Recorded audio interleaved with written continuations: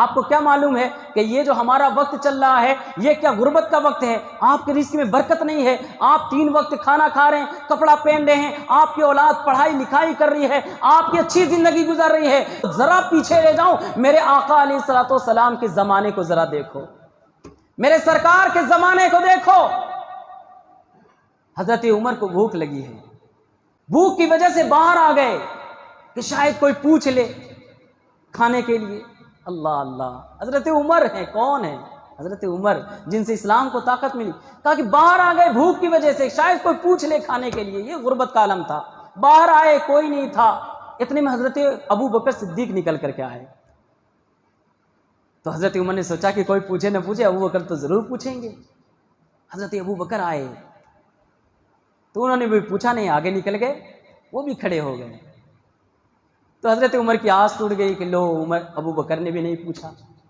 اتنے میں سارے یتیموں کے مسیحا سرور دو عالم سیاح لا مکان جناب احمد مجتبی محمد مصطفیٰ صلی اللہ علیہ وسلم، ہمارے آنکھوں کی ٹھنڈک، دلوں کا چین، دلوں کی دھڑکن، آن بان شان، ہمارا ایمان، رسول ہاشمی تشریف لاتے ہیں باہر۔ اے ہے حضرت عمر کی بھی کلیاں کھل گئی، حضرت ابوبکر کا بھی چہرہ کھل گیا کہ دنیا میں کوئی کھلائے نہ کھلائے، سارے دنیا کے بھوکوں کی بھوک مٹانے والا آ رہا ہے۔ حضور تشریف لائے نا تو حضور کا چہرہ ایک دم پیلا ہو رہا تھا، ایک دم پیلا ہو رہا تھا۔ حضرت ابوبکر صدیق رضی اللہ تعالیٰ عنہ نے کہا یا رسول اللہ، آپ اس وقت باہر آ گئے؟ کہا کہ اے ابوبکر، اے عمر، جس چیز نے تمہیں باہر نکالا ہے اسی چیز نے مجھے بھی باہر نکالا ہے۔ آقا علیہ الصلوۃ والسلام کئی دن سے کھانا نہیں کھائے تھے، بھوک کی وجہ سے چہرہ پیلا پڑ گیا تھا۔ اللہ اکبر، کہا کہ جس چیز نے تمہیں نکالا ہے نا اسی چیز کو مجھے بھی نکالا ہے، میں بھی بھوکا ہوں۔ دونوں کو ساتھ میں لیا، گلی سے گزر رہے تھے، حضرت ابو ایوب انصاری رضی اللہ تعالیٰ عنہ کا گھر آیا۔ حضرت ابو ایوب انصاری نے دور سے دیکھا رسول اللہ کا چمکتا ہوا چہرہ، دوڑ کر کے باہر آئے، یا رسول اللہ ہمارے مہمان نہیں بنتے؟ اللہ اکبر، ہمارے مہمان بن جائیے یا رسول اللہ۔ اللہ اللہ، مہمان کتنا اعلیٰ۔ آقا علیہ الصلوۃ والسلام نے کہا ٹھیک ہے تمہاری مرضی۔ آقا اندر تشریف لے گئے، حضور کے چہرے کو دیکھا، حضرت ابو ایوب انصاری نے کچھ پھل وغیرہ گھر میں تھا، کہا حضور آپ کا چہرہ زرد ہے، کچھ پہلے کھا لیجئے، اتنے میں کھانا تیار کروا دیتا ہوں۔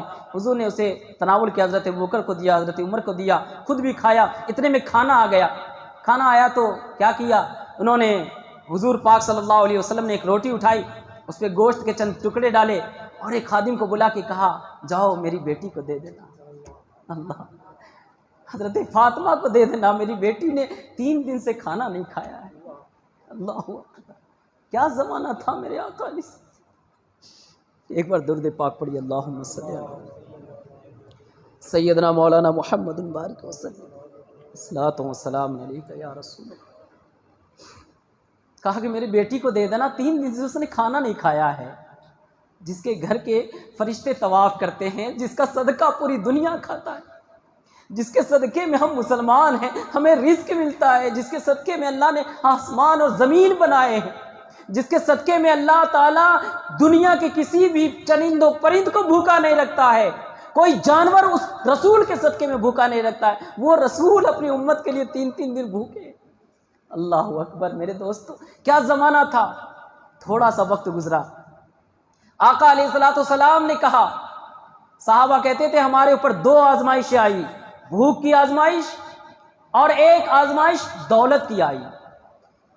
بھوک کی آزمائش تو ہم نے برداشت کر لیا، دولت کی آزمائش ہم سے برداشت نہ ہوئی۔ حضرت عدی آئے حضور کی بارگاہ میں، کہا عدی میری بات غور سے سنو، تم اپنی نگاہ سے دیکھو گے اللہ کیا ہونے والا ہے، وہ میرے نبی بتا رہے ہیں۔ سرے عرش پر ہے تیری گزر، دلے فرش پر ہے تیری نظر، ملکوت و ملک میں کوئی شے نہیں وہ جو تجھ پہ آیا نہیں، اور کوئی غیب کیا تم سے نیہا ہو بھلا، جب نہ خدا ہی چھپا تم پہ کروڑوں درود۔ آقا نے کہا تم دیکھو گے عدی، ایک زمانہ آئے گا، ایک وقت آئے گا، تم دیکھو گے ایک عورت ہیرا سے چلے گی، ہیرا عراق کا ایک شہر ہے، ہیرا سے چلے گی مدینہ آئے گی، اور اس کے دل میں اللہ کے خوف کے علاوہ کسی کا خوف نہیں ہوگا۔ تم اپنی نگاہ سے دیکھو گے تو حضرت عدی کہتے ہیں میں نے دل میں سوچا کیا ڈاکو سارے مر گئے ہوں گے؟ یہ جو سارے ڈاکو ادھر ادھر پھرتے ہیں کیا یہ مر گئے ہوں گے جو وہ اللہ کے خوف کے علاوہ کسی کا خوف نہ ہوگا؟ لیکن فرمانے والا کون؟ رسول اللہ۔ کہا تم دیکھو گے؟ حضرت عدی کہتے ہیں میرے دماغ نے اور زیادہ جھٹکا کھایا جب اگلی بات رسول اللہ نے کہا اے عدی تم دیکھو گے، تم اپنی نگاہ سے دیکھو گے کہ کسریٰ کا خزانہ تمہاری جھولی میں پڑا ہوگا۔ سبحان اللہ۔ کسریٰ کون؟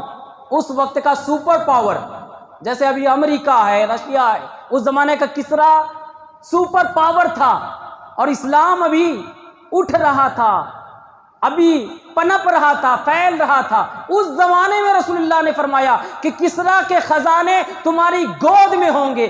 آقا علیہ الصلوۃ والسلام نے اگلا جملہ کہا اے عدی ایک وقت یہ بھی آئے گا کہ مسلمان زکوٰۃ کی پوٹلی لے کے ہاتھ میں گھومیں گے اور کوئی زکوٰۃ لینے والا نظر نہیں آئے گا۔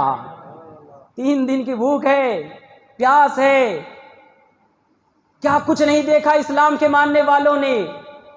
تنگ گلیوں میں بند کر دیا گیا مسلمانوں کو، صحابہ کو سوکھی لکڑی کو چوستے تھے بھوک کی وجہ سے۔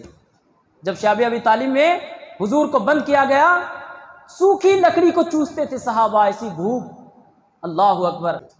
اور ایک طرف یہ رسول اللہ نے فرمایا کہ زکوٰۃ دینے والا زکوٰۃ دے گا، لینے والا کوئی نظر نہیں آئے گا۔ حضرت عدی کہتے ہیں کہ میں نے اپنی نگاہ سے دیکھا کہ حضرت عمر رضی اللہ تعالیٰ عنہ کا دور ہے، ایک عورت ہیرا سے چلتی ہے، مدینہ آتی ہے، اور اس کے دل میں اللہ کے علاوہ کسی کا ڈر نہیں ہوتا، سارے ڈاکو ختم ہو چکے تھے۔ یہ امن و امان تھا۔ اور میں نے اپنی نگاہ سے دیکھا کہ اللہ تعالیٰ نے مسلمانوں کو حضرت عمر کے زمانے میں کسریٰ فتح کرنے کی توفیق دی، اور کسریٰ کا سارا خزانہ مسجد نبوی کے دروازے پہ پڑا ہوا تھا، اس کا سارا خزانہ مسجد نبوی کی چوکھٹ پہ پڑا تھا۔ اور حضرت عدی کہتے ہیں کہ ایک چیز کو تو میری نگاہ نے نہ دیکھا، لیکن ماننے والوں سے کہا کہ تم دیکھ لینا، میرے رسول نے جو کہہ دیا ہے وہ ہو کر رہے گا۔ حضرت عمر بن عبدالعزیز کا زمانہ آتا ہے، وہ حضرت عمر بن عبدالعزیز افریقہ بھیجتے ہیں زکوٰۃ لینے کے لیے، وصول کرنے کے لیے، اور کہتے ہیں اے سنو، زکوٰۃ لے کر کے مدینے مت آنا کیونکہ یہاں زکوٰۃ لینے والا کوئی نہیں ہے۔